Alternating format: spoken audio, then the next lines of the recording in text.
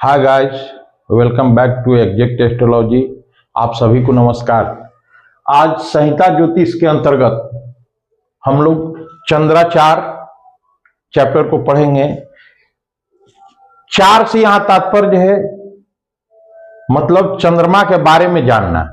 चंद्रमा के जो ज्योतिषीय सूत्रों के अनुसार जो उनका अनेक राशियों में प्रभाव है, वन्य जीवन पर प्रभाव है, भौगोलिक प्रभाव है, हमारे जनजीवन पर भी प्रभाव पड़ता है। तो उन सारी चीजों का आज हम लोग यहाँ डिटेल अध्ययन करेंगे। पहले तो हम लोग पहले हम लोग यहाँ जानते हैं कि जो कृष्ण पक्ष और शुक्ल पक्ष यानी शुक्ल पक्ष और कृष्ण पक्ष जो होते हैं ये चंद्रमा के कारण ही होते हैं। तो चंद्रमा के कारण कैसे होता है शुक्ल पक्ष और कृष्ण पक्ष और इनका प्रभाव क्या होता है, आइए हम लोग देखते हैं। इसमें ये जो हम लोग जानते हैं सूर्य अपना एक जगह पे स्थिर रहते हैं, दिस इज सन, ये सूर्य है, ये सूर्य है, ये सूर्य एक जगह स्थिर रहते हैं और चंद्रमा यहां पे बीच में। तो नीचे में कौन? पृथ्वी। ये पृथ्वी जो है यहां पे रहती है। जैसा कि हम जानते हैं एस्ट्रोनॉमिकली भी और साइंटिफिकली भी कि पृथ्वी जो है सूर्य का परिक्रमा करती है। साइंटिफिकली जैसा कि हम लोग जानते हैं कि पृथ्वी सूर्य की परिक्रमा करती है और चंद्रमा जो है किसका परिक्रमा करते हैं? तो पृथ्वी की परिक्रमा करते हैं। तो जैसे ये सूर्य के तरफ चंद्रमा का जो पार्ट परिक्रमा करते हुए घूम रहे हैं, तो अमावस्या से पूर्णिमा की तरफ जैसे ही मूव करते हैं, मतलब इनका जो रोटेशन है पूर्णिमा की तरफ, ये सपोज दैट ये अमावस्या यहां पे ये पॉइंट है, इधर से पूर्णिमा की तरफ रोटेट हो रहे हैं। तो यहां पे जो प्रकाश पड़ रहा है, मान लीजिए सूर्य यहां पे आप बैठा सकते हैं, यहां पे सूर्य को अगर आप कर देते हैं, अगर सूर्य यहां पे है, अगर मान लीजिए कि सूर्य यहां पे है, ये सूर्य है, ये सूर्य है, तो सूर्य का जैसे ये प्रकाश पड़ रहा है चंद्रमा पे और चंद्रमा अमावस्या से जैसे ही रोटेट हो रहे हैं दाहिने साइड में, तो ये डी शेप बनता है, डी शेप, ये डी शेप। ये क्या होता है कि ये जैसे जैसे भाग सूर्य के सामने आता है, ये पूर्णिमा की तरफ अग्रसरित हो रहा है। अंधेरा वाला भाग जो है उजला वाला प्रकाशमय भाग में आ रहा है, हिस्से में आ रहा है। तो ये हमारा ये जो पोजीशन है इस समय ये पूर्णतः ज्योतिर्मान हो जाते हैं। और जब ऐसे ही ये घूमते घूमते ये हमारा ये पार्ट जब इधर जाता है तो सी शेप बनता है, सी शेप।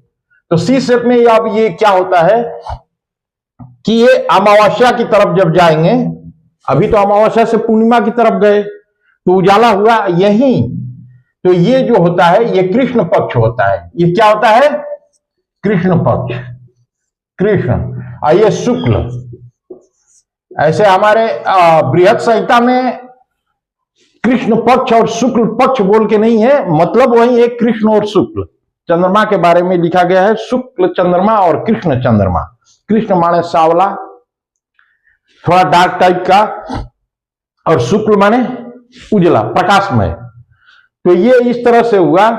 अब क्या होगा कि ये जो है इसके बारे में जो चंद्रमा का ये है कि चंद्रमा शुक्ल पक्ष में 10वीं से लेकर के और कृष्ण पक्ष के 5वीं तक बहुत ही शुभ फलदायी होते हैं और वो उस समय पूर्णतः प्रकाशमान रहते हैं और वो वन्य जीवन पे, जलचरों पे, वन्य प्राणियों पे, भौगोलिक दृष्टि से अगर देखा जाए, किसानों को गृहस्थी के लिए, खेतीबाड़ी करने के लिए, और मानव जीवन पर भी शुभ प्रभाव पड़ता है।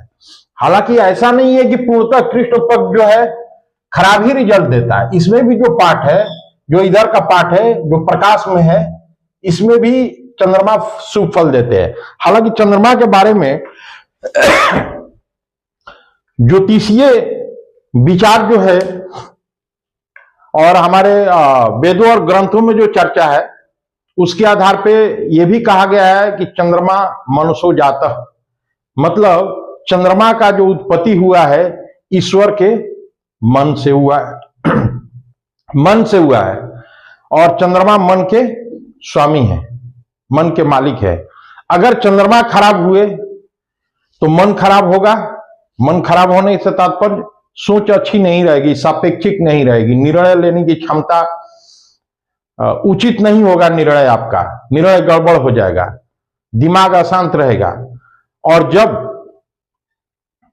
मन ठीक रहेगा, इसका मतलब चंद्रमा ठीक है, और चंद्रमा ठीक है तो मन ठीक है, मन ठीक है तो चंद्रमा ठीक है।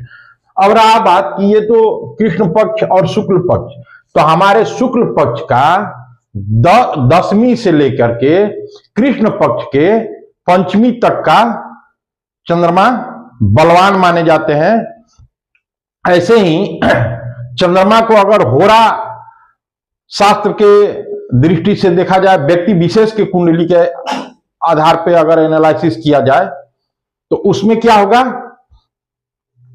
वो वृषभ राशि में उच्च केतु होते हैं और वृश्चिक राशि में नीच के होते हैं। लेकिन नैसर्गिक तौर से चंद्रमा शुभ ग्रह है, इसमें दो मत नहीं है, लेकिन हमेशा वो शुभत्व जैसा प्रभाव नहीं छोड़ते हैं।